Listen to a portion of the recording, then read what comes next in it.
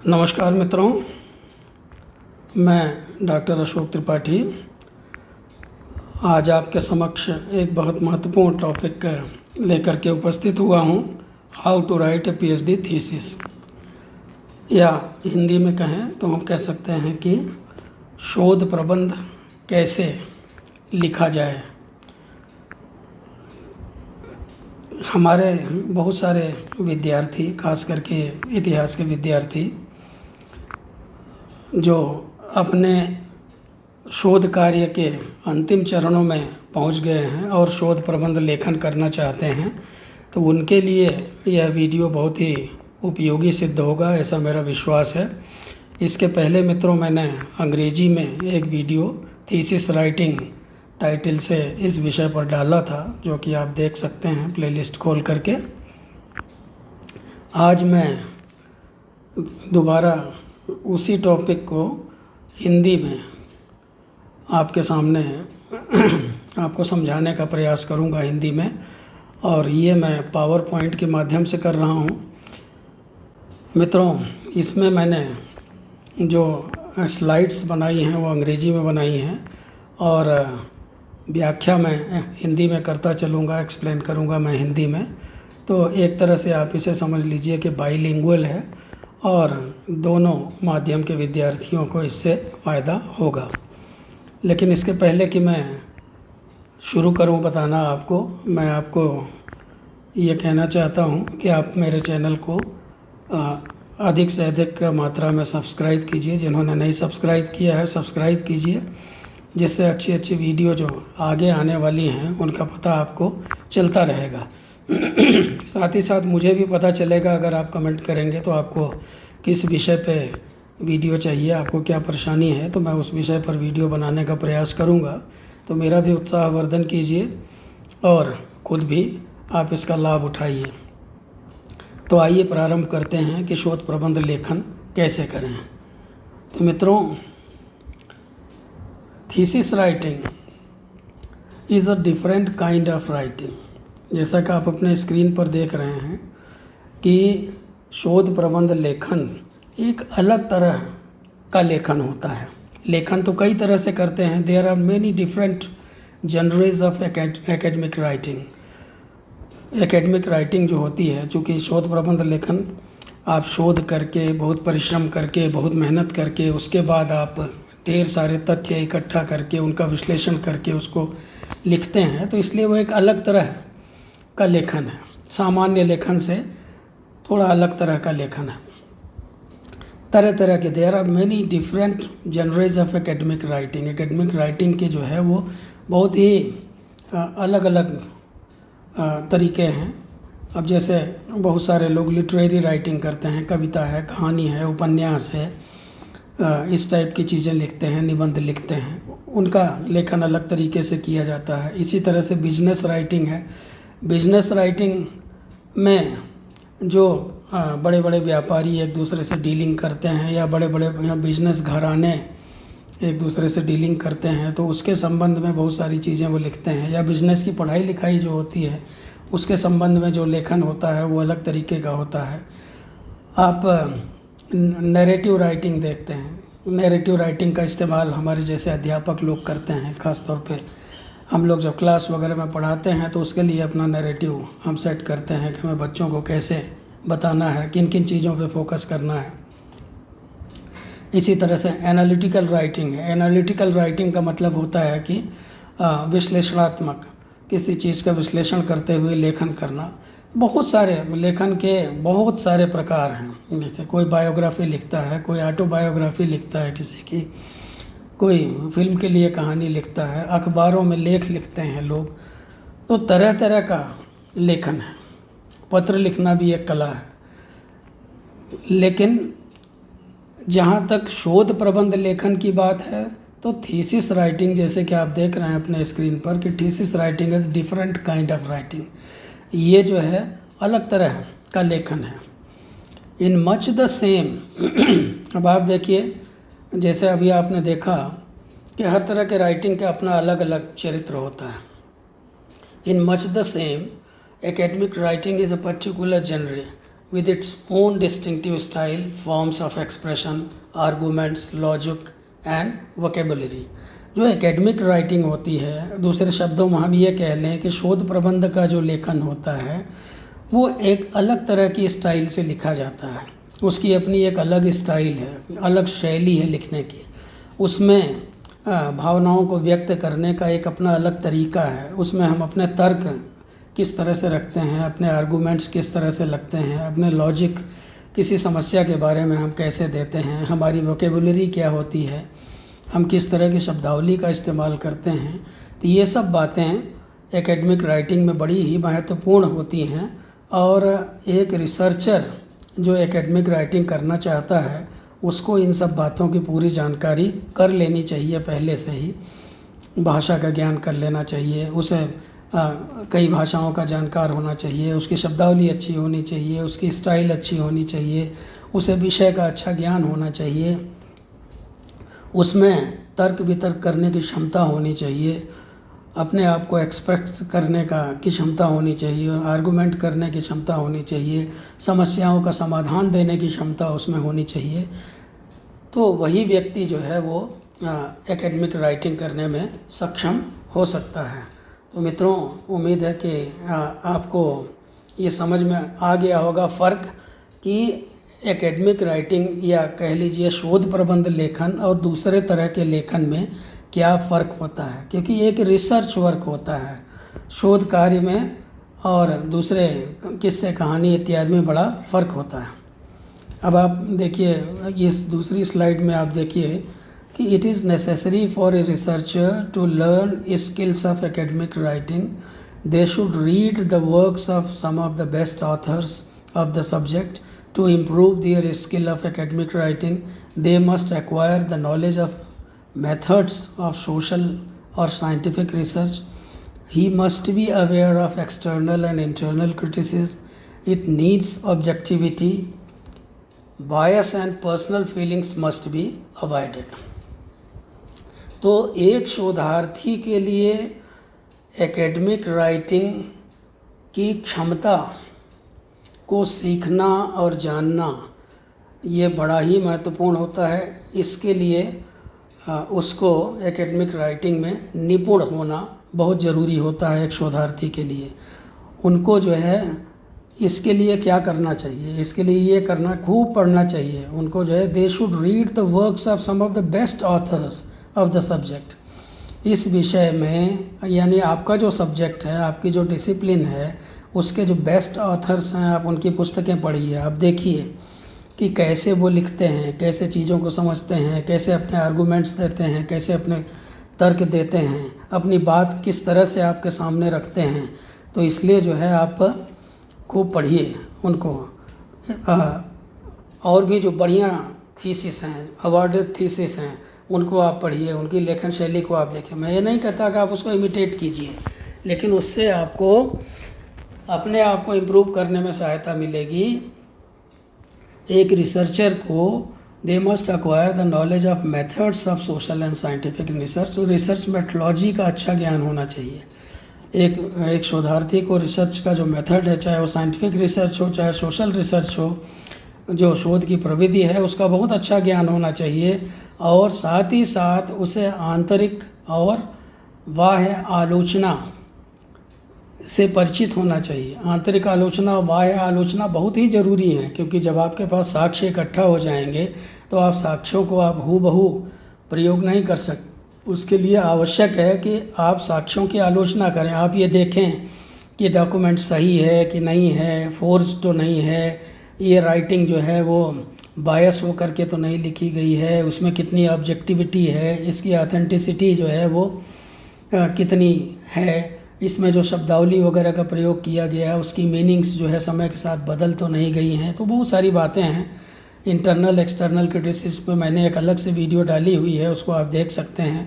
तो डिटेल में उनके बारे में आपको जानकारी हो जाएगी। साथ ही साथ एक शोधार्थी को वस्तुनिष्ठ होना चाहिए अपने लेखन कला में। उसे वस्तुनिष्ठता के नियमों का पालन करना चाहिए। उसे बायस्ड नहीं होना चाहिए, यानी कि उसे पूर्वाग्रह से ग्रस्त नहीं होना चाहिए। और व्यक्तिगत भावनाएं जो हैं उनको अवॉइड करना चाहिए, उनको उपेक्षित करना चाहिए, व्यक्तिगत भावनाएं नहीं आनी चाहिए। यानी जो तथ्य हैं, जो सत्य है, केवल उन्हीं को लेकर के आगे बढ़ना चाहिए। तो मित्रों, आपको समझ में आ गया होगा कि किन बातों का ध्यान रखना है। अब आप अगली स्लाइड में देखिए। I think most of you are engaged in MPhil or doctoral research and collecting and analyzing data. I'd like to quote Chanakya. Before you start some work, ask yourself 3 questions. Why am I doing it? What the results might be? And what I will be? And will I be successful? Only when you think deeply and find satisfactory answers to these questions, go ahead. मेरे शोधार्थी मित्रों, मैं समझता हूँ कि आप में से बहुत सारे लोग एमफिल या डॉक्टोरल रिसर्च कर रहे हैं। हो सकता है कुछ लोग एमए के लिए डिजर्टेशन लिख रहे हों और उसके लिए आप आंकड़े इकट्ठा कर रहे हैं, सामग्री इकट्ठा कर रहे हैं और उसको विश्लेषित कर रहे हैं, उसको इंटरप्रेट कर रहे हैं। मैं यहाँ चाणक्य को कोट करना चाहूँगा। चाणक्य का एक उदाहरण आपको देना चाहूँगा। चाणक्य से आप सभी परिचित होंगे। वो क्या कहते हैं? वो ये कहते हैं कि जब आप कोई भी काम प्रारंभ करें, उसके पहले आप अपने आप से 3 प्रश्न पूछें। वो 3 प्रश्न क्या हैं कि मैं ये काम क्यों कर रहा हूँ। अर्थात आप अपने आप से पूछिए कि ये रिसर्च मैं क्यों कर रहा हूँ, ये रिसर्च प्रोजेक्ट मैं क्यों कर रहा हूँ, इस टॉपिक पे मैं क्यों काम कर रहा हूँ। फिर आप अपने आप से दूसरा सवाल पूछिए कि what the results might be, इसका परिणाम क्या हो सकता है, जो मैं काम कर रहा हूँ उसका परिणाम क्या हो सकता है। और तीसरा सवाल पूछिए कि विल आई बी सक्सेसफुल, क्या मैं सफल हो पाऊँगा, क्या मैं सफल हो सकता हूँ। Only when you think deeply and find satisfactory answers to these questions, go ahead. और अगर आपको संतोषजनक उत्तर मिलता है तब आप आगे बढ़िए, आप आगे अपना काम प्रारंभ कीजिए, आगे जाइए। देखिए इसका मतलब क्या हुआ? इसका मतलब ये है कि आदमी को अपनी क्षमताएं पहचाननी चाहिए। दुनिया को जानने से पहले हम अपने आप को जानें। सेल्फ नॉलेज होना बहुत ज़रूरी है, सेल्फ असेसमेंट करना बहुत ज़रूरी है। यही बातें हमारे यहाँ प्राचीन, आप भगवत गीता पढ़िए, भगवत गीता में भी सेल्फ रियलाइजेशन पे बहुत ज़्यादा जोर दिया गया है। जब तक हम आप अपने आप को नहीं जान लेंगे, हम दुनिया को क्या जानेंगे, हमारी क्या क्षमता है, तो उसको जानना ज़रूरी है। और जब आप अपने आप को जान लेंगे तो फिर दुनिया को जानना आपके लिए आसान हो जाएगा मित्रों। इसलिए ये मैं आपको बहुत ही दार्शनिक अंदाज में समझाने का प्रयास कर रहा हूँ, आप इसको समझिए, क्योंकि थोड़ा सा दर्शन भी जानना आवश्यक है। जब तक आप थोड़ा दर्शन नहीं जानेंगे तब तक आप डॉक्टर ऑफ फिलॉसफी जो है कैसे बनेंगे। आप ध्यान दीजिए, डॉक्टर ऑफ फिलॉसफी लगा हुआ, भले आप हिस्ट्री में, फिजिक्स में, केमिस्ट्री में, हिंदी में, पॉलिटिक्स में, किसी भी चीज़ में आप रिसर्च कीजिए, किसी भी चीज़ में शोध कीजिए, किसी भी सब्जेक्ट में आप शोध कीजिए, लेकिन आपको डिग्री क्या मिलती है? डॉक्टर ऑफ फिलॉसफी यानी दर्शन। तो जब कहने का मतलब यह है कि जब आप बहुत गहराई में जाके किसी चीज़ के बारे में खोजबीन करते हैं तब आपको ये डिग्री मिलती है। इसलिए मित्रों, अपने आप को जानें, पहले अपने से प्रश्न करें, बाद में दुनिया से प्रश्न आप करें। अब आप नेक्स्ट स्लाइड में आप देखें कि anyone can not be a researcher. Certain mental makeup and certain special qualities are required to become a researcher. Writing a thesis is very interesting and exciting as well. After amassing data in a sufficient quantity, the time comes when all of this data has to be converted into a thesis. मित्रों, कोई भी व्यक्ति researcher नहीं बन सकता, कोई भी व्यक्ति शोध कार्य नहीं कर सकता। बहुत सारे जो आजकल शोध कार्य करने वाले हैं वो प्लेजरिज्म का इस्तेमाल करते हैं, यानी बौद्धिक चोरी का इस्तेमाल करते हैं। वही है जिसे आप कहते हैं कि कहीं की ईंट कहीं का रोड़ा, भानुमति ने कुनबा जोड़ा। कट एंड पेस्ट का ज़माना है आजकल, टेक्नोलॉजी का ज़माना है। यहाँ से उठाया वहाँ रख दिया, यहाँ से उठाया वहाँ रख दिया, थोड़ा बहुत चेंज करके।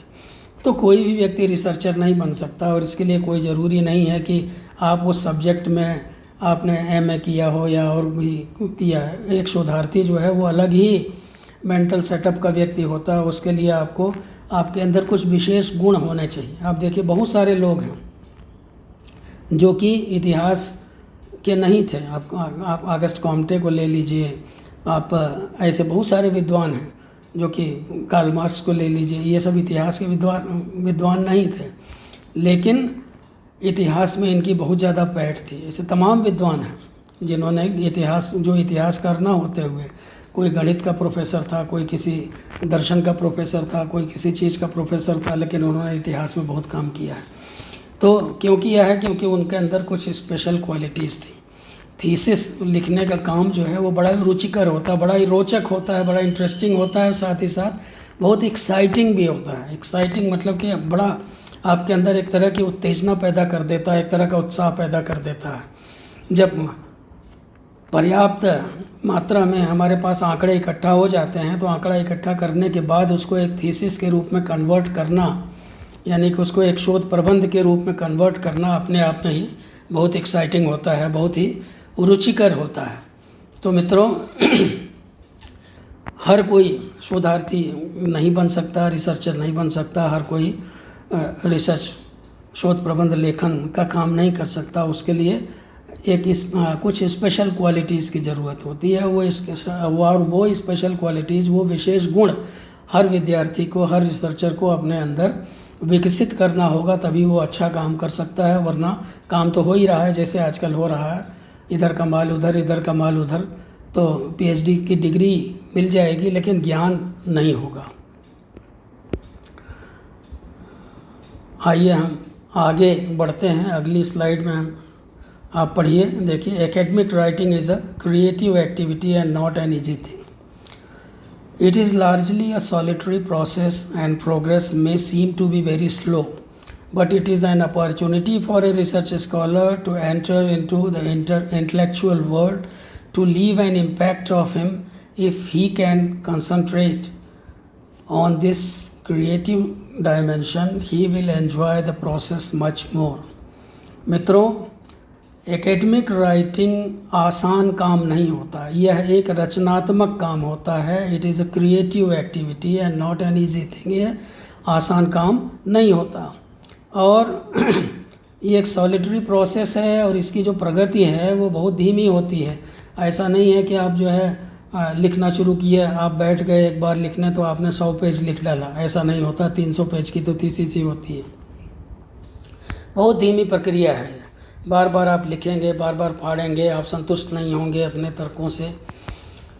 आपने अभी सवेरे कुछ लिखा, शाम को आपके दिमाग में दूसरा विचार आ गया, फिर आपने उसको फाड़ दिया, फिर कल को तो तीसरा विचार आ गया, फिर आपने अपने सुपरवाइज़र से डिस्कस किया, अपने दोस्तों से, विद्वानों से डिस्कस किया, कुछ और नए विचार आ गए। तो इसलिए ये एक धीमी प्रक्रिया है, ये धीरे धीरे चलती रहती है और आजीवन चलती रहती है। ऐसा नहीं कि आपने शोध प्रबंध लिख दिया तो वही आखिरी है। हो सकता है बाद में जब शोध प्रबंध को आप किताब के रूप में छपवाने लगेंगे तो उसमें और परिवर्तन करेंगे, तो ये चलता रहता है। लेकिन यहाँ यह आपको बताना चाहता हूँ कि शोधार्थियों के लिए यह एक अवसर होता है बौद्धिक संसार में प्रवेश करने का। आप एक बौद्धिक संसार में आप प्रवेश करते हैं, साथ ही साथ आप उस बौद्धिक संसार में अपना प्रभाव भी छोड़ने का आपको अवसर मिलता है। केवल बौद्धिक संसार में प्रवेश नहीं करते बल्कि उसमें आप अपना प्रभाव भी छोड़ सकते हैं। अगर आप क्रिएटिव डायमेंशन के ऊपर ध्यान देते हैं, रचनात्मक जो मापदंड है उसके ऊपर आप ध्यान देंगे, तो आप इस शोध प्रबंध लेखन की जो प्रक्रिया है उस प्रक्रिया को आप अधिक से अधिक उसका आनंद उठा सकेंगे। तो इसलिए मित्रों, आप ध्यान रखें कि ये आसान काम नहीं है, बहुत कठिन काम है, लेकिन साथ ही साथ ये आपको अवसर प्रदान करता है बौद्धिक संसार में प्रवेश करने का और अपनी छाप छोड़ने का। तो इसलिए आपको ऊपर मैंने जो सारी बातें मैंने आपको समझाई उन पे आपको पूरा ध्यान देना है। अब आइए इसी बात को आगे बढ़ाते हुए, This is an opportunity of being a part of human ideas. Writing a thesis involves building upon the ideas of researchers and thinkers who has gone before and helping to lay a foundation for future students.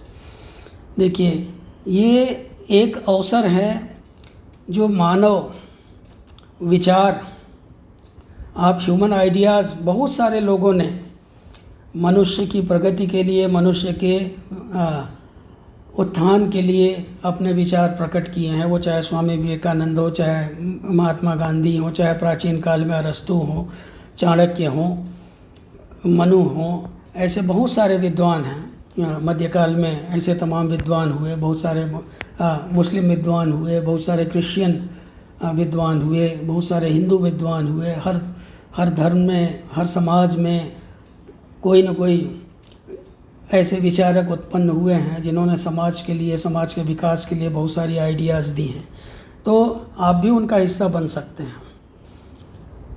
तो thesis लिखना जो है वो आपको उन विचारकों के साथ एकाकार कर देता है, उन चिंतकों के साथ, उन दार्शनिकों के साथ एकाकार कर देता है जो आपसे बहुत पहले बहुत कुछ लिख करके चले गए हैं, और आने वाले विद्यार्थियों के लिए उन्होंने एक फाउंडेशन तैयार कर दिया है। यानी उन्होंने, जिसे आप कहते हैं कि एक पृष्ठभूमि तैयार कर दी है उन्होंने आने वाले, जो आगे आने वाले विद्यार्थी हैं। तो आप भी उसका हिस्सा बन सकते हैं। आप अगर चाहें तो बड़े बड़े विचारकों, बड़े बड़े चिंतकों, बड़े बड़े दार्शनिकों की श्रेणी में अपना नाम आप भी दर्ज करा सकते हैं। और इस बात को ध्यान में रखते हुए शोध प्रबंध का लेखन करना चाहिए कि हमें भी इस पंक्ति में शामिल होना है, हमें भी इस लिस्ट में, इस सूची में अपना नाम शामिल कराना है, सम्मिलित कराना है। अब आइए मित्रों, हम लोग थीसिस राइटिंग के जो टेक्निकल एस्पेक्ट्स हैं, थोड़ी बात उनके ऊपर करें कि एक अच्छे शोध प्रबंध की क्या विशेषताएं होती हैं। The characteristics of a good thesis: clear title, good structure and format, nice research design, consistency in referencing, clear conclusion, etc. The thesis is an original contribution to knowledge. Academic writing needs to be very clear and precise. When writing a thesis, it is normal to include a variety of arguments, inferences, deductions and propositions. तो एक अच्छी thesis के, एक अच्छे शोध प्रबंध के की जो विशेषताएं होती हैं, सबसे पहली चीज़ तो टाइटल होती है। यानी जो आपने शोध के लिए आपने जो विषय चुना है, जो टॉपिक चुना है, तो बहुत ही क्लियर टाइटल होनी चाहिए, कंफ्यूजिंग नहीं होनी चाहिए, उसका जो अर्थ हो वो एकदम स्पष्ट होना चाहिए।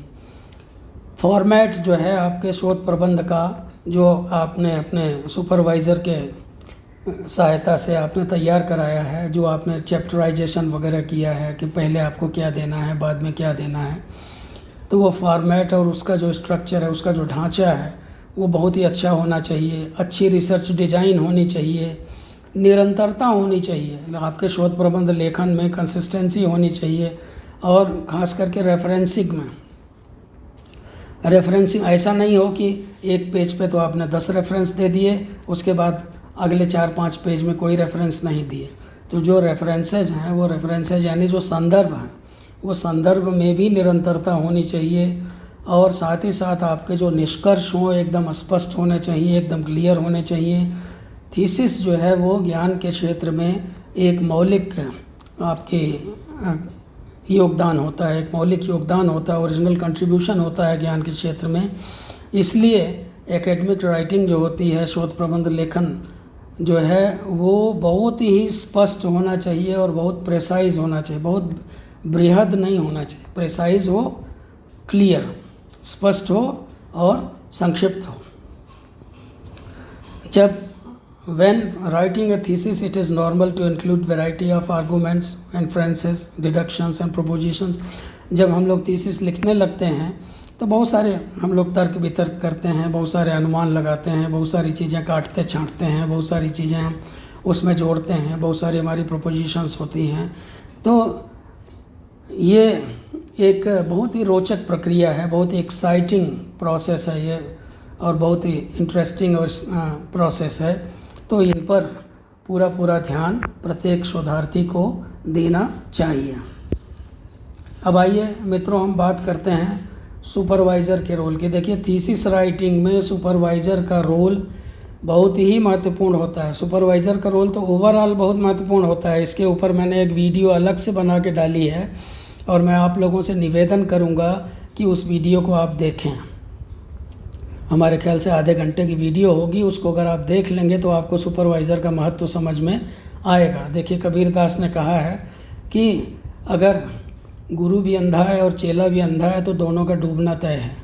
तो इसलिए जो है गुरु क्या करता है, वो कबीरदास क्या कहते हैं, ये कहते हैं कि गुरु कुम्हार सिख कुंभ है, गड़ी गड़ी काटे खोट।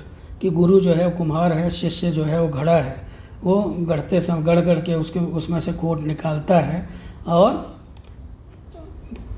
क्या कहते हैं, अंतर हाथ सहार दे बाहर मारे चोट। अंदर से जो है हाथ का सहारा दे करके बाहर चोट मारता है, उसको एक शेप देता है। तो एक शोधार्थी को शेप देने में, एक शोधार्थी को शोधार्थी बनाने में, सही मामले में उसको एक विद्वान बनाने में, उसको एक अच्छा रिसर्चर बनाने में सुपरवाइज़र का बहुत बड़ा हाथ होता है। Your supervisor is the person who will advise you on the development of your research plan or proposal, the conduct of research and the writing of thesis।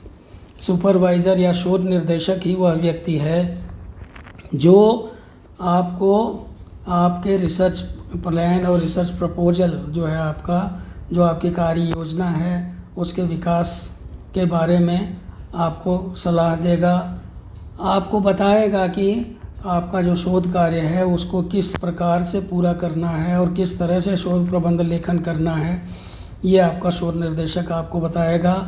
उसकी जो सलाह होती है, his advice on choosing a subject और topic for research, preparing a synopsis, planning, structuring, design, methodology, time to time valuable suggestions will be of great value. तो जो supervisor की या शोध निर्देशक की जो सलाह होती है आपकी थीसिस के बारे में शुरू से ही हो जाती है। वो जैसे आप विषय कैसे आप चुनेंगे, किस तरह से आप अपनी शोध सारांश बनाएंगे, सिनॉप्सिस बनाएंगे, कैसे प्लानिंग करेंगे, कैसे स्ट्रक्चरिंग करेंगे, आप डिज़ाइन कैसे बनाएंगे, आपकी मेथोलॉजी क्या होगी, समय समय पर वो आपको मूल्यवान सलाह या सुझाव देता रहता है जो कि आपके लिए बहुत ही कीमती होता है। तो इसलिए मेरे शोधार्थी मित्रों, मेरा आपसे निवेदन है, साथ ही साथ मैं उनसे भी कहूँगा जो लोग शोध कार्य करा रहे हैं वो भी इस वीडियो को देखें, उन्हें भी इस वीडियो से काफ़ी कुछ जानकारी मिल सकती है, क्योंकि हम सब एक दूसरे से सीखते हैं। मैं आपसे सीखता हूँ, आप कुछ हमसे सीखेंगे, तो ज्ञान का आदान प्रदान इस तरह से चलता रहता है। मित्रों, नेक्स्ट स्लाइड में आप देखिए, आप इसको पढ़िए। Experienced supervisors possess an appropriate range of knowledge and skills to supervise different research projects of their research scholars. Certain large projects need a skilled supervisory team. Supervisors' role include helping the student to develop a detailed research proposal, providing advice on the research design, data collection and analysis. तो मित्रों आप देखिए कि जो अनुभवी शोध निर्देशक होते हैं वो बहुत ही विद्वान होते हैं, उनके पास उनके जो ज्ञान का जो रेंज होता है वो बहुत विस्तृत होता है, बहुत सारी चीज़ों के बारे में वो जानकारी रखते हैं, बहुत सारी चीज़ों के बारे में वो निपुण होते हैं, उन्हें विषय का बड़ा अच्छा ज्ञान रहता है, अपने सब्जेक्ट के वो पंडित होते हैं, प्रकांड। तो अभी आप देखिए कि विभिन्न प्रकार के जो रिसर्च वर्क होते हैं, तरह तरह के जो टॉपिक दिए जाते हैं आपको। अब आजकल अगर आप देखिए तो पता चला कि विद्यार्थी जिस विषय पे काम कर रहा है सुपरवाइज़र को उसका पता ही नहीं है। ये मैं आपको इसलिए कह रहा हूँ कि आप सुपरवाइज़र चुनिए, जिस तरह का आप विषय चुन रहे हैं उसी तरह का आप सुपरवाइज़र चुनिए। अगर सुपरवाइज़र को उस विषय का ज्ञान नहीं होगा तो आपको रिसर्च करने का कोई लाभ नहीं मिलने वाला है। तो सुपरवाइज़र, स्किल्ड सुपरवाइज़र का चयन बहुत ही आवश्यक है। आप देखें कि सुपरवाइज़र का काम क्या है, विद्यार्थी को की सहायता करना। जो प्रपोजल, रिसर्च प्रपोजल वो बनाता है, जो शोध का प्रस्ताव बनाता है उसको तैयार करने में उसकी सहायता करना, साथ ही साथ जो है रिसर्च डिज़ाइन बनाने में जो है उसको सलाह देना, डेटा कलेक्शन में और उसके एनालिसिस में उसको सलाह देना, साथ ही साथ guiding the student in writing the thesis, शोध प्रबंध लेखन में अपने शोधार्थी को, अपने विद्यार्थी को सलाह देना, nominating potential examiners for viva voce examination. जब शोध प्रबंध लेखन का काम पूरा हो जाएगा, उसको अच्छी तरह से देख लिया जाएगा, जांच लिया जाएगा, तो उसके बाद वाइवा के लिए जो पैनल डिसाइड होता है उसमें भी जो है आपके रिसर्च सुपरवाइज़र का हाथ होता है। साथ ही साथ advising the student on preparation of for viva boss, और वाइवा के लिए आप विद्यार्थी को तैयार करना पूरी तरह से, ये भी जो है वो शोध निर्देशक का काम होता है। मित्रों, मैंने बहुत सारे वाइवा में देखे हैं अपने 2 दशक से अधिक अध्यापकीय जीवन में, लगभग 2.5 दशक तक जो है मैंने अध्यापन कार्य किया है, और इसमें मैंने ये देखा है कि बहुत सारे जो विद्यार्थी आते हैं एक शब्द नहीं बोल पाते एग्जामिनर के सामने। तो अगर आप ने अच्छी तैयारी की है, ऊपर जितनी बातें मैंने बताई, अगर ये सारे गुण आपने अपने अंदर विकसित किए हैं तो आप दहाड़ करके बोलेंगे एग्जामिनर के सामने। तो इसलिए शोध निर्देशक का जो काम होता है वो पहले से ही तय कर लेता हो क्या क्या आपसे पूछा जा सकता है, अनुमान लगा लेता है, उसके लिए आपकी प्रॉपर तैयारी करता है, क्या क्वेश्चंस हो सकते हैं, क्या नहीं हो सकते हैं, इस पर हम अभी और आगे चर्चा करेंगे। तो the relation between research and the supervisor can be very rewarding. Actually आप इसको रिसर्च स्कॉलर पढ़िए, द रिसर्च स्कॉलर और सुपरवाइज़र के बीच में जो संबंध होता है वो बहुत ही रिवार्डिंग होता है और बहुत ही महत्वपूर्ण होता है, बहुत ही मूल्यवान होता है, और कभी कभी जो है ये बहुत डिफ़िकल्ट हो जाता है, कॉम्प्लेक्स भी हो जाता है। तो जैसा कि इसके बारे में मैं ज़्यादा नहीं आपको बताऊंगा, आप सब जानते हैं। अगर आप सुपरवाइज़र को अपने प्रसन्न नहीं रखेंगे, अगर उसके कहने के अनुसार आप नहीं चलेंगे, तो आपके जो संबंध हैं वो कॉम्प्लेक्स और डिफ़िकल्ट होने निश्चित हैं। अगर वो ये कह रहा है कि आप रोज़ आइए, काम कीजिए, हमें दिखाइए, और आप 6 महीने में एक बार आ रहे हैं, उससे मिल रहे हैं, आप उसकी बातें नहीं मान रहे हैं, आप अपने मन से चल रहे हैं, आप जब आते हैं तो आप उसको परेशान कर देंगे, नहीं गुरुजी जल्दी से जो है आप साइन कर दो इसके ऊपर, हमारे स्कॉलरशिप के फॉर्म पे, इस पे उस पे, काम करके आप कुछ भी नहीं ला रहे हैं, कुछ भी नहीं दिखा रहे हैं, तो आपके जो संबंध हैं सुपरवाइज़र के साथ वो कॉम्प्लेक्स और डिफ़िकल्ट होने निश्चित हैं। तो आप इससे बचिए, अगर अच्छा काम करना चाहते हैं तो मित्रों इससे बचिए। ऑलवेज रेस्पेक्ट योर सुपरवाइज़र, हमेशा अपने शोध निर्देशक का सम्मान करें। He is an oracle and only he or she can motivate you to reach the goal. वही जो है वो एक ऑरेकल है, वही आपका सब कुछ है, वही आपका एक सेंट्रल पॉइंट है, आप कह लीजिए। बिना उसके आप एक कदम आगे नहीं बढ़ सकते। वही जो है आपके लक्ष्य तक पहुंचने में आपकी मदद कर सकता है या कर सकती है। सुपरवाइज़र जो है वो आपका गाइड होता है, आपका मेंटर होता है। Supervisor is a guide and mentor. Students usually remain unaware of pressures of university college professors job.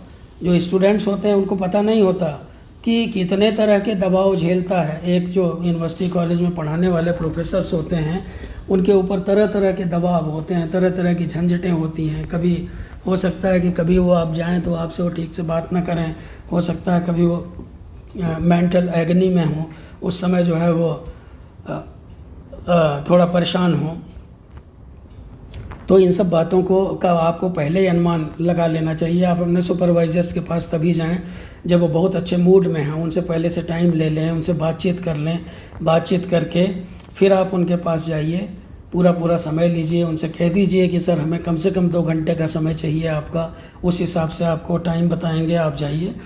तो there must be an effective relationship between supervisor and student. तो इस सुपरवाइज़र और स्टूडेंट के बीच में जो है वो बहुत ही प्रभावशाली संबंध होने चाहिए, तभी आपका शोध प्रबंध अच्छे ढंग से लिखा जा सकेगा, तभी आपको सुपरवाइज़र की पूरी सलाह मिल पाएगी। मित्रों, a researcher requires the ability to synthesize facts. He must be aware of how to combine elements of several sources. देखिए अब बहुत ही मैं टेक्निकल एस्पेक्ट के ऊपर आ रहा हूँ, मैं आपको बहुत सारी टेक्निकल एस्पेक्ट्स बता रहा हूँ। वीडियो थोड़ी लंबी हो जाएगी, हो सकता है 45 मिनट्स की हो जाए, लेकिन आप इस वीडियो को पूरा देखिए अगर आपको लाभ लेना हो, तो नहीं तो आपको कुछ हासिल होने वाला नहीं है। तो a researcher requires the ability to synthesize facts. He must be aware of how to combine elements of several sources. अब आप देखिए इसमें बहुत सारी चीज़ें मैंने आपको बताई हैं कि आप कैसे सिंथेसाइज करना, कहने का मतलब जो है कि जो भी आपने रिसर्च मटेरियल वगैरह जो है आपने इकट्ठा किया हुआ है उसको आप कैसे सिंथेसाइज करेंगे।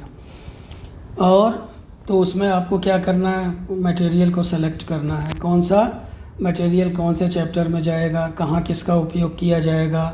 अरेंजमेंट ऑफ मटेरियल, आप उसको अच्छी तरह से अरेंज कीजिए, अच्छी तरह से ऑर्गेनाइज कीजिए, आप क्रोनोलॉजिकल ऑर्डर में रखिए उसको, आप टॉपिकल ऑर्डर में रखिए या अदर क्राइटेरिया, यानी कि अरेंजमेंट का जो भी क्राइटेरिया हो, चाहे क्रोनोलॉजिकल ऑर्डर में रखना हो, टॉपिकल ऑर्डर में रखना हो या अन्य कोई क्राइटेरिया हो, उस हिसाब से आप अपने मटेरियल को अरेंज कीजिए, उसको ऑर्गेनाइज कीजिए। और उसके अलावा एलिमेंट ऑफ रीजन ये बहुत ज़रूरी है।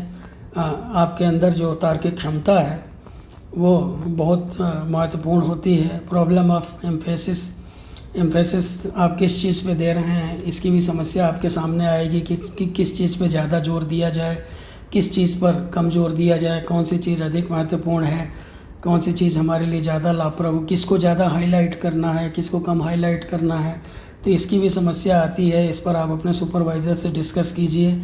और एक्यूरेसी बहुत ज़रूरी है। जब तक आप एक्यूरेट नहीं है, देखिए एक शोधार्थी जो है वो जो कुछ भी कह रहा है, जो कुछ भी लिख रहा है, एक लाइन भी लिख रहा है, एकदम एक्यूरेट होनी चाहिए, तथ्यपूर्ण होनी चाहिए, फैक्चुअल होनी चाहिए, प्रामाणिक होनी चाहिए, प्रमाणों से पुष्ट होनी चाहिए। तो you will have to substantiate your statement with facts. आपको तथ्यों के साथ अपने जो भी आप स्टेटमेंट देते हैं, आपका जो भी कथन है उसको आपको प्रमाणित करना पड़ेगा, तभी आपका जो शोध प्रबंध है वो बहुत अच्छी तरीके का हो पाएगा। तो ये जो टेक्निकल बातें हैं, ये इन टेक्निकल बातों पर आपको बहुत ज़्यादा ध्यान देना है कि कैसे मटेरियल सेलेक्ट करना है, कैसे आपको अरेंज करना है, किस ऑर्डर में अरेंज करना है, एलिमेंट ऑफ रीजन्स क्या हैं उसमें प्रॉब्लम ऑफ एम्फेसिस क्या है, कितना एक्यूरेट है। साथ ही साथ मित्रों आप देखिए कई बार क्या होता है, लोग ये कहते हैं अरे भाव समझ में आना चाहिए, बाकी तो भाषा नहीं। भाव के साथ भाषा भी अच्छी होनी चाहिए, ग्रामर भी अच्छा होना चाहिए, grammar, punctuation and conventions of academic writing.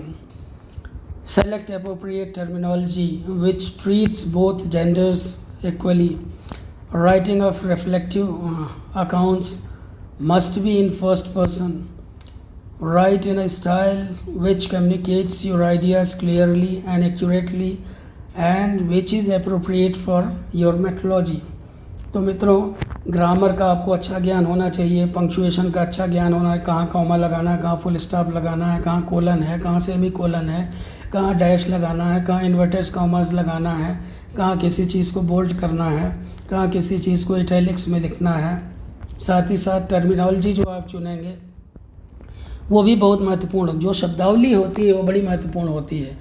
कई बार ऐसा भी होता है कि पारिभाषिक शब्दावली का इस्तेमाल करना पड़ता है, तो उसके लिए आप पारिभाषिक शब्दावली की जो डिक्शनरी है, शब्दकोश है, उसको आप इस्तेमाल कर सकते हैं।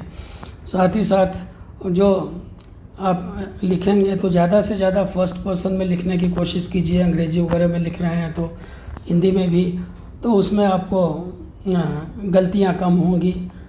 आप जो भी विचार अपने संप्रेषित करना चाहते हैं, कम्युनिकेट करना चाहते हैं, उसको एक बहुत अच्छी शैली में और बहुत ही सटीक ढंग से लिखिए, जिससे कि आपके विचार जो आप लोगों तक पहुंचाना चाहते हैं वो अच्छी तरह से पहुंच जाएं।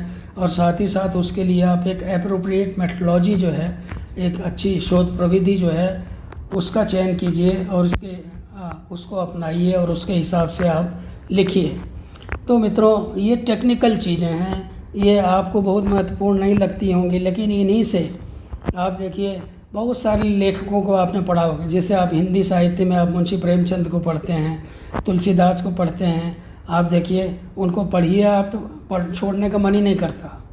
आप बहुत सारे राइटर्स हैं अंग्रेजी में हैं, आप उनको पढ़िए तो आप देखिए छोड़ने का मन नहीं करता। क्यों? भाषा, शैली, style, vocabulary, grammar, punctuation, narration, न जाने कितनी बातें हैं जो कि आपको अट्रैक्ट करती हैं, उनकी शैली, उनकी स्टाइल अट्रैक्ट करती है। तो इसलिए ये ज़रूरी है कि आप भी इसमें निष्णात हों, आप भी इसको बहुत अच्छी तरह से समझ लें, तब आगे बढ़ें। अब मित्रों, आइए हम बातचीत करते हैं layout of thesis. Layout of thesis का मतलब क्या हो गया कि आखिर जो आपका शोध प्रबंध होगा वो उसका लेआउट कैसा होगा, उसका जो ढांचा वगैरह है वो कैसा होगा। तो before starting to type your thesis you must consider certain things, the fonts and font size and style for the main text page layout, font size for titles, main headings, subheadings, use of bullets, numerical system, frequency of quotations, tables, figures, listing references and including a bibliography, the use of appendices etc. तो ये सब technical चीज़ें हैं, इनके बारे में हम अलग से भी कभी जरूर होगी तो आपको अलग से भी एक वीडियो बना के दूंगा इनके बारे में। अभी आप देखिए कि कोई भी काम प्रारंभ करने, शोध प्रबंध लेखन प्रारंभ करने से पहले आप देखिए कि आपको किस फॉन्ट में लिखना है। अब जैसे अंग्रेजी में लिख रहे हैं तो आप प्रायः जो है टाइम्स न्यू रोमन में लिखा जाता है। अब आप उसमें 12 में लिखेंगे कि 14 में लिखेंगे, जैसा आपका सुपरवाइज़र कहे। साथ ही साथ इसी तरह से कृति देवी 10 में आप लिख रहे हैं कि मंगल में लिख रहे हैं, किस फॉन्ट में आप टाइप कर रहे हैं हिंदी में। और फॉन्ट साइज़ आपका क्या है, 10 है कि 12 है, उसको आप अच्छी तरह से देख लें कि किस में अच्छा लग रहा है। फिर जो आप टाइटल्स देते हैं, जो हेडिंग्स देते हैं, सब हेडिंग्स देते हैं, कौन कितना बड़ा होगा, उसका फॉन्ट साइज़ क्या होगा, उसको किस तरह से बोल्ड करेंगे, कहाँ पे बुलेट्स का इस्तेमाल करना है, कहाँ पे न्यूमेरिकल्स का इस्तेमाल करना है। कई चीज़ें हमें अलग अलग दिखानी पड़ती हैं, एक एक दो दो लाइन में दिखानी पड़ती हैं, तो वहाँ पे हमें बुलेट्स का इस्तेमाल करना पड़ता है या न्यूमेरिकल्स का इस्तेमाल करना पड़ता है। इसी तरह से बहुत सारी चीज़ें ऐसी होती हैं कि हम एक जगह, जैसे ढेर सारी इन्फॉर्मेशन हम किसी एक फ़िगर में दिखा देते हैं, तो फिगर हम कैसे बनाएंगे। कई बार हम मैप्स वगैरह का भी इस्तेमाल करते हैं, और साथ ही साथ रेफरेंसेस जो हैं उनकी लिस्टिंग हम कैसे कर रहे हैं, और बिब्लियोग्राफी हम किस तरह से बना रहे हैं। अपेंडिसेस हमारे जो हैं उनको हम कितनी मात्रा में रख रहे हैं। अपेंडिसेस में बहुत सारी जो बहुत महत्वपूर्ण बातें होती हैं जिनको थीसिस में पूरी तरह से देना संभव नहीं है। अब जैसे मान लीजिए महात्मा गांधी की कोई चिट्ठी है, आपने उससे कुछ चीज़ें कोट की, तो वो पूरी चिट्ठी आप जो है अपेंडिस में या अपेंडिसेस में आप दे सकते हैं, जिससे कि पूरी चिट्ठी अगर कोई पढ़ना चाहे तो वो पढ़ सकता है। तो इस तरह से मित्रों, ये जो टेक्निकल चीज़ें हैं, इन टेक्निकल चीज़ों पर आप पूरा का पूरा ध्यान दीजिए। Give careful thought to the use of headings in order to help your reader understand the structure of the thesis. A table might be employed if there is substantial amount of numerical data to be discussed. All the references which are cited in the main text of the thesis must be listed in the bibliography. Appendix is also an important part of the thesis for proper understanding of the thesis. तो मित्रों, मैंने ऊपर जो बातें बताई उसी को थोड़ा और एक्सप्लेन करता हूँ कि आप जो है give careful thought to the use of headings in order to help your reader understand the structure of the thesis. देखिए, हेडिंग्स बड़ी इंपॉर्टेंट होती हैं। हेडिंग्स जब आप बनाएं तो हेडिंग्स बनाते समय आप उस पर खूब ध्यान दीजिए, क्योंकि जो आपका रीडर होगा, जो पाठक होगा, वो आपका कंटेंट खोजेगा। आपकी विषय सूची जो है वो बहुत डिटेल्ड होनी चाहिए। विषय सूची में आप हेडिंग्स दिए रहेंगे, आपको उसको कोई विशेष चीज़ देखनी होगी तो वो उसको देखेगा या इंडेक्स देखेगा। साथ ही साथ टेबल का इस्तेमाल कीजिए। अगर आप काफ़ी मात्रा में न्यूमेरिकल डेटा आपके पास है और न्यूमेरिकल डेटा को आपको दर्शाना है, तो उसके लिए आप टेबल्स वगैरह बना सकते हैं, यानी कि टेबल बना करके उसमें आप आंकड़े जो है वो दर्शा सकते हैं। अगर आपके पास substantial amount of numerical data है तो उसको आप उसमें डिस्कस कर सकते हैं। साथ ही साथ सभी जो रेफरेंसेस हैं जो आपने साइट किए हैं, यानी जो रेफरेंसेस आपने दिए हैं अपने चैप्टर्स में, जो संदर्भ आपने दिए हैं, वो सारे संबद्ध संदर्भ जो है वो पुस्तकानुक्रमणिका में या बिब्लियोग्राफी में आ जाने चाहिए अच्छी तरह से। अवश्य में वो उसमें आने चाहिए। साथ ही साथ अपेंडिक्स का मतलब होता है परिशिष्ट। परिशिष्ट जो है वो भी शोध प्रबंध का एक बहुत ही महत्वपूर्ण अंग होता है, और शोध प्रबंध को अच्छी तरह से समझने के लिए परिशिष्ट का होना बहुत आवश्यक है। तो एक अच्छी थीसिस जो होती है उसमें हम ढेर सारे परिशिष्ट भी देखते हैं। खास करके इतिहास वगैरह में तो बहुत सारे समझौते हुए हैं, बहुत सारे पत्रावलियाँ हैं, तमाम बातें, बहुत सारे फरमान हैं, बहुत सारी चीज़ें ऐसी हैं जो कि परिशिष्ट में दी जा सकती हैं। तो इन पे आप ध्यान रखें मित्रों। साथ ही साथ अब एक बहुत महत्वपूर्ण बात आपको बताना चाहता हूँ, प्रिलिमिनरी पेजेस एंड इंट्रोडक्शन के बारे में। जब हम शोध प्रबंध लेखन की शुरुआत करते हैं तो शुरुआत एकदम धांसू होनी चाहिए, ज़बरदस्त होनी चाहिए। कहते हैं ना कि first impression is the last impression. Why is this particular topic researched, ये विशेष टॉपिक जो है क्यों इस पर शोध कार्य हो रहा है। What is the significance of the subject, इसका महत्व क्या है। Explaining the context of the research, research का जो कॉन्टेक्स्ट है वो क्या है। The background of researcher, researcher का बैकग्राउंड क्या है। Where is the research being conducted and why, research कहाँ पे हो रहा है, किस जगह पे हो रहा है और क्यों। The AIIMS and objectives of the research, शोध कार्य का जो उद्देश्य है और उसका जो ऑब्जेक्टिव है वो क्या है। तो ये सारी बातें जो हैं वो प्रारंभिक पेजेस में आ जाना चाहिए। जो प्रारंभिक पेजेस हम लिखते हैं थीसिस की, ये सारी बातें उसमें आनी चाहिए मित्रों, जिससे कि आगे क्या होने वाला है। जैसे कहते हैं ना कि मजमून भांप लेते हैं लिफाफा देख के, तो जो पाठक हैं वो लिफाफा देख करके ही आगे मजमून भांप लें, आगे क्या क्या होगा अंदर, उनकी उत्सुकता बढ़ जाए, उनमें क्यूरियासिटी डेवलप कर दीजिए, उनमें जो है एक तरह का कौतूहल पैदा कर दीजिए कि वो आगे उसको पढ़ें ही पढ़ें। इसलिए जो प्रारंभिक पृष्ठ हैं उनको बहुत ही ज़बरदस्त, बहुत ही ज़ोरदार बनाइए।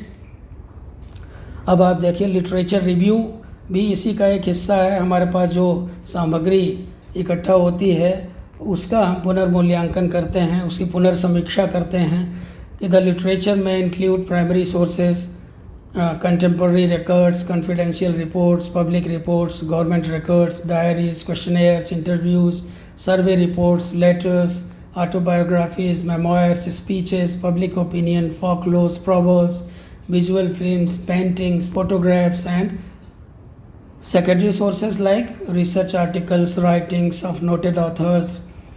तो ये सारी चीज़ें जो हैं प्राइमरी और सेकेंडरी सोर्सेज में मैंने पूरा इसमें आपको दे दिया है स्लाइड में, आप पढ़ लें कि प्राइमरी सोर्स क्या है, सेकेंडरी सोर्स क्या है। और ज़्यादा डिटेल में जाना चाहें तो इसके ऊपर मेरा वीडियो है प्राइमरी सेकेंडरी सोर्सेज पे, वो आप उसको देख लें और आप देखें कि ये सारी चीज़ें जो हैं वो लिटरेचर रिव्यू के अंतर्गत आती हैं, और हमारे पास क्या क्या चीज़ें हैं, क्या क्या नहीं हैं, इन सारी चीज़ों की हमें अच्छी तरह से जानकारी होनी चाहिए। हमें उसकी समीक्षा करनी चाहिए, उसकी समीक्षा करके फिर डिवाइडिंग एंड सब डिवाइडिंग द रेलेवेंट लिटरेचर, जो हमारे पास जो रेलेवेंट लिटरेचर है यानी जो सुसंगत साहित्य हमने इकट्ठा कर रखा है, डेटा इकट्ठा कर रखा है, उसको हम डिवाइड करें, उसको सब डिवाइड करें, और जो भी वैरायटी ऑफ लिटरेचर हमारे पास है और हम ये देखें कि इसमें कौन सा पुराना है, कौन सा नया है, क्या है। तो बहुत सारे आधार होते हैं, उनके आधार पर हम लिटरेचर की समीक्षा कर सकते हैं मित्रों। साथ ही साथ मेथडोलॉजी जो है वो भी बहुत ही इम्पोर्टेंट है। और रिसर्चर यानी कौन से विधि से हम शोध कर रहे हैं। A researcher should adopt a research methodology which fulfills the aims of the thesis, take certain points in mind। पहली बात तो यह है कि ये रिसर्च जो है के लिए हम डेटा कहाँ से कलेक्ट करेंगे और किस तरह का डेटा हम कलेक्ट करेंगे, हम किससे हमको सहायता मिलेगी डेटा कलेक्ट करने में, हम जो है क्या अरेंजमेंट्स करेंगे डेटा कलेक्ट करने के लिए, और हम जो है इस तरह के अरेंजमेंट्स को ही क्यों पसंद करते हैं, और कैसे हम डेटा को एनालाइज करेंगे, कैसे हम जो है जो हमारी फाइंडिंग्स होंगी हम उसको डिसेमिनेट करेंगे, कैसे जो है हम तो मतलब ये सारी चीज़ें जो है, ये सारे प्रश्न जो हैं ये हमें अपने आप से पूछने पड़ेंगे जब हम मेथडोलॉजी की बात करेंगे। इसके ऊपर पहले भी मैं बहुत चर्चा कर चुका हूँ, इसलिए मैं आगे बढ़ता हूँ क्योंकि वीडियो थोड़ी लंबी हो रही है, लेकिन मित्रों अगर आप पूरी वीडियो देख लेंगे तो निश्चित रूप से आपको लाभ होगा, क्योंकि ये एक ऐसा विषय है जो कि मैं 10 मिनट या 15 मिनट में आपको नहीं समझा सकता हूँ। वो कोई बहुत ही बुद्धिमान विद्वान व्यक्ति होंगे वही आपको समझा सकते हैं 10 मिनट में। History writing is an art which comes through knowledge and try to develop style of your own. मित्रों, इतिहास लेखन जो है वो एक कला होता है, एक आर्ट होता है, और जो ज्ञान, जितना ज़्यादा आप ज्ञान प्राप्त करते जाएंगे उसके हिसाब से जो है वो बढ़ता जाएगा। और आप कोशिश कीजिए कि आप अपनी एक अलग शैली विकसित कीजिए। आप ये कैसे होगा, जब आप आपने जो आंकड़े इकट्ठे किए हैं उनका एक लॉजिकल अरेंजमेंट कीजिए। Exciting and effective beginning and consistency all through the thesis. जैसे मैंने कहा कि शुरुआत बहुत धांसी होनी चाहिए, साथ ही साथ कंसिस्टेंसी, निरंतरता होनी चाहिए शोध प्रबंध के लेखन में। आपका जो अप्रोच है, आपका जो अभिगम है वो विश्लेषणात्मक होना चाहिए। जो सेंट्रल थीम है, जो मुख्य विचार है, वो उससे आपकी दृष्टि कभी हटनी नहीं चाहिए। एक वकील की तरह जो है एक एक कदम आगे बढ़ाते हुए आप कार्य को पूरा कीजिए। साथ ही साथ आप रिजॉल्व कंट्रोवर्सीज, जो विवाद हैं उन विवादों का निपटारा कीजिए। सामान्यीकरण मत कीजिए, don't generalise and develop new ideas, और नए विचारों को विकसित कीजिए। तो इन सारी चीज़ों के ऊपर आपको ध्यान देना पड़ेगा। मित्रों, आप स्लाइड में है वो बातें आप पढ़ लीजिए, इसको 2 बार 3 बार 4 बार पढ़िए, देखिए आपको इससे बहुत सहायता मिलेगी। अब हम आते हैं कंक्लूजन्स के ऊपर। Conclusions should be drawn with proper evidence. जो निर्णय, जो निष्कर्ष हमारा है वो उचित प्रमाण के आधार पर निकाला जाना चाहिए। Examining whether the aims are achieved. हमें शोध प्रबंध कंप्लीट करने के बाद, लिख लेने के बाद ये देखना चाहिए कि हमारा जो उद्देश्य था क्या वो हमें उपलब्ध हो सका है, क्या हमने उसको प्राप्त कर लिया है। Emphasising the contribution to the knowledge. हमने जो है ज्ञान के क्षेत्र में क्या अपना योगदान दिया है, इन सब चीज़ों पे विचार करना चाहिए। प्रैक्टिकल रिकमेंडेशंस हमें देने चाहिए किसी टॉपिक के बारे में। जो व्यावहारिक रिकमेंडेशंस हैं जो वो हमें देने चाहिए। साथ ही सुझाव जिसे कहते हैं, व्यावहारिक सुझाव देने चाहिए। जो लिमिटेशंस हैं हमारे थीसिस की वो भी हमें बताने चाहिए। आगे चल कर के इसमें रिसर्च की क्या संभावनाएं हैं इस टॉपिक में। ऐसा नहीं है कि आपने जो कर दिया वही फाइनल है, नहीं, उससे भी आगे और भी अच्छे आएंगे। तो इस तरह से जो है ऐसा नहीं है कि एक आदमी ने जो कर दिया वो फाइनल है, उसमें आगे क्या संभावनाएं हैं ये भी आप बताइए। Reflective account of research process जो है, आपका जो रिसर्च की जो प्रक्रिया है उसका जो है वो एक रिफ्लेक्टिव अकाउंट जो है आप दीजिए। साथ ही साथ एब्स्ट्रैक्ट राइटिंग में आप उसको दे सकते हैं। जब आप एब्स्ट्रैक्ट लिखेंगे, यानी कि एब्स्ट्रैक्ट का मतलब क्या होता है कि जब आप सारांश लिखेंगे, एक सिनॉप्सिस और बनती है जो कि थीसिस के साथ जाती है, तो उसमें आप रिफ्लेक्टिव अकाउंट पूरे अपने काम का दीजिए। साथ ही साथ देखिए emphasis on causal analysis, put questions and answer to satisfaction. शोध प्रबंध लेखन के दौरान जो है आप अपने आप से, जैसे मैंने अभी ऊपर काफ़ी कहा कि आप प्रश्न कीजिए और उसका संतोषजनक जवाब दीजिए।